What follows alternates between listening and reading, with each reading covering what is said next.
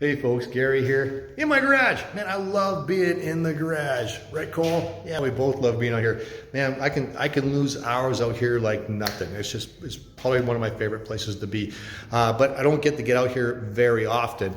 And when I do, well, I've been working on this thing. So I've been working on this for probably 2 or 3 weeks now.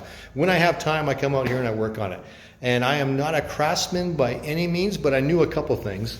I knew that this rail was a certain length, and so it had to be, so the table itself had to have a certain width. I knew the fence was that deep, so the table had to be that wide. And I knew the saw had some dimensions, so I had to build around that. And I knew how high I wanted it, so I knew how high to build its base. But I made some mistakes because I'm not a craftsman. And so I built it about 4 inches too tall, which is okay because it's still totally workable. Unless you're really short. It's really totally workable, so it's fine. And I'm not going to change it because it would mean going right to the very beginning, and it's just not worth that much effort. But there are things in our life that are worth the effort of going back to the beginning, and it has to do with our mind. It has to do with the way we think. It doesn't matter who you are, the way you think and the way you process information, the way you come up with your conclusions is going to have a lot to do with where you live and the culture around you. It has shaped the way you think. And Paul talks about that in Romans 12, verse 2, and he says that needs to be addressed. And he says this: don't copy the behaviors and customs of this world, but let God transform you into a new person by changing the way you think.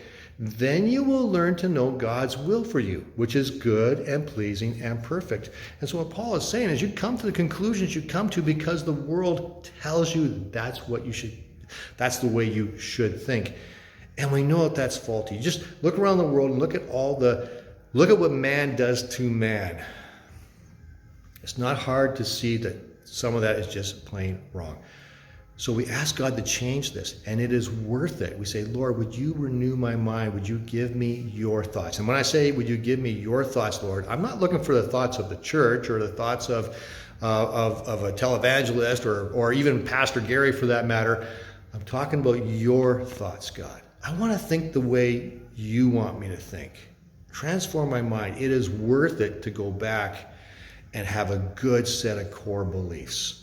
We're going to look at this a little bit further in other videos later on, but it is just, I just want to say it's so worth it to sit in front of God and say, forgive me for what I've been doing in the past. Help me to do much better. Teach me how to think, Lord. Teach me how to think, Jesus. And you're never going to go wrong with that.